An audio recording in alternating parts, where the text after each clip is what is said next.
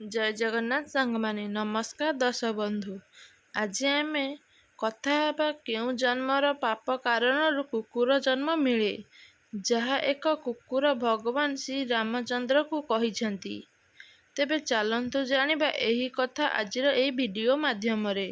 आजिर video रे आमे एक कथा जानिबा जेउठी कि एक आघात कुकुर भगवान श्री रामचंद्रଙ୍କ पाखକୁ आसीछि न्याय मागुछि।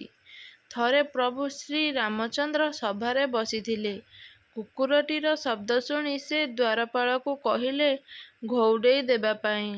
पुणी अन्य दिन सेही कुकुर द्वार को आसी जोरे भुकिबाकू लागिला, आउ द्वारपाल ताकू घौड़ेई देले। तृतीय दिन मध्य सेही कुकुर आसी जोरे भुकिबाकू लागिला। थरे श्री रामचंद्र द्वारपाल को कहे कुकुरटी को सभा को आनिया पाई कहिले।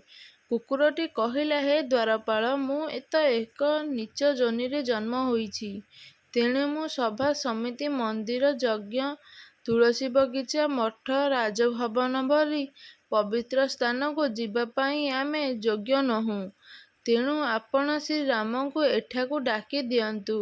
द्वारपाल जाई प्रभु श्री राम को सबु कथा कहिले। द्वारपाल ठारू प्रभु श्रीराम एकथा शुणी द्वार पाखକୁ आसी कुकुरटी को पचारिले, कौन हेइछि तुमर, तुमे एठारे काहेकि भुकुछ?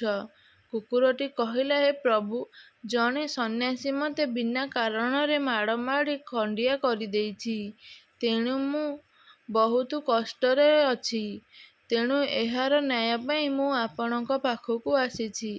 ଏହା ଶୁଣି ପ୍ରଭୁ ଶ୍ରୀ ରାମ ସେହି ସନ୍ନ୍ୟାସୀ ଜଣଙ୍କୁ ଡାକି ପଚାରିଲେ, କୁକୁରର କେଉଁ ଅପରାଧ ପାଇଁ ଆପଣ ତାକୁ ମାଡ଼ ମାରି ଖଣ୍ଡିଆ କରିଛନ୍ତି? ସନ୍ନ୍ୟାସୀ ଜଣକ କହିଲେ, ହେ ପ୍ରଭୁ, ମୁଁ ଭିକ୍ଷା ମାଗିବା ପାଇଁ ରାସ୍ତାରେ ଯାଉଥିଲି। ମୁଁ ରାସ୍ତାରେ ଗଲାବେଳେ ମୋତେ ଛୁଇଁ ଦେଇଥିଲା। ସେ ମୋତେ ଛୁଇଁ ଦେଇଥିବା କାରଣରୁ ମୋତେ ରାଗ ଲାଗିଲା, ତେଣୁ ମୁଁ ତାକୁ ଉପରକୁ ପଥର ମାରିଥିଲି। ସେ ପଥରଟି ଯାଇ ତାର ପାଦରେ ବାଜିଥିଲା। ପଥରଟି ପାଦରେ ବାଜିଥିବା କାରଣରୁ ଖଣ୍ଡିଆ ହୋଇଗଲା। ପ୍ରଭୁ ରାମ କହିଲେ, ଆପଣ ତ ଜଣେ ଜ୍ଞାନୀ ଅଟନ୍ତି, ଆପଣ ତ ଜାଣନ୍ତି କୁକୁର ଏକ ଜ୍ଞାନହୀନ ପଶୁ ଅଟେ, ଆପଣ କିପରି ତାକୁ ବିନା ଦୋଷରେ ମାରିଲେ? ଶ୍ରୀରାମ କୁକୁରଟିକୁ କହିଲେ, ଏହି ସନ୍ନ୍ୟାସୀ ଜଣକ ଆପଣଙ୍କର ଦୋଷୀ ଅଟନ୍ତି, ତୁମେ ଯାହା ବି ପାରିବ ତୁମେ ତାଙ୍କୁ ଦଣ୍ଡ ଦେଇପାରିବ। କୁକୁରଟି କହିଲା, ହେ ପ୍ରଭୁ, ସନ୍ନ୍ୟାସୀକୁ ଏକ ଶିବାଳୟର ମାଲିକ କରାଇ ଦିଅନ୍ତୁ। ଏହା ଶୁଣି ପ୍ରଭୁ ରାମ ଆଶ୍ଚର୍ଯ୍ୟ ହେଲେ।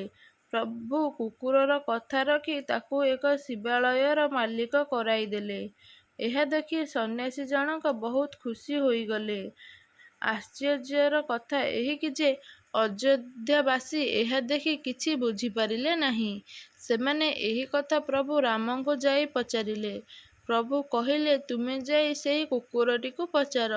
ସମସ୍ତେ ଯାଇ ସେହି କୁକୁରଟିକୁ ପଚାରିଲେ, ତୁମର ତ ସେ ସନ୍ନ୍ୟାସୀ ଜଣକ ମାରିଲେ, ତୁମେ ତାକୁ କଣ ପାଇଁ ଏକ ମନ୍ଦିରର ମାଲିକ ବନାଇଦେଲ? କୁକୁରଟି କହିଲା, ତୁମେ ଏହାର କାରଣ ନିଶ୍ଚିନ୍ତ ଜାଣିପାରିବ। ପ୍ରଥମେ ତୁମେ ମୋ କଥାଟିକୁ ଶୁଣ। କ୍ଷେତରେ ଫସଲ କରୁଥିବା ଲୋକ, ଶିବାଳୟ, ବଗିଚା, ମଠ, ଦାନପାତ୍ର, ସ୍ତ୍ରୀ ଆଉ ବାଳକଠାରୁ ଟଙ୍କା ହରଣ କରୁଥିବା ଲୋକ, ଗାଳିଗୁଲଜ କରୁଥିବା ଲୋକ, ପ୍ରଜାଙ୍କ ଧନ ହରଣ କରୁଥିବା ରାଜା, ବ୍ରାହ୍ମଣ ଭୋଜନ ନଷ୍ଟ କରୁଥିବା ଲୋକ, ଚୋରି କରୁଥିବା ଲୋକ ମରିବା ପରେ କୁକୁର ଯୋନିକୁ ଯାଆନ୍ତି। ମୁଁ ମଧ୍ୟ ପୂର୍ବଜନ୍ମରେ ଗୋଟିଏ ମଠରେ ମାଲିକ ଥିଲି। ମୁଁ ସେଠାରୁ ଚୋରି କରିଥିବାରୁ ମୋର କୁକୁର ଜନ୍ମରୁ ମୁଁ ମଧ୍ୟ ତାକୁ ସେହି ମଠର ମାଲିକ କରେଇଦେଲି।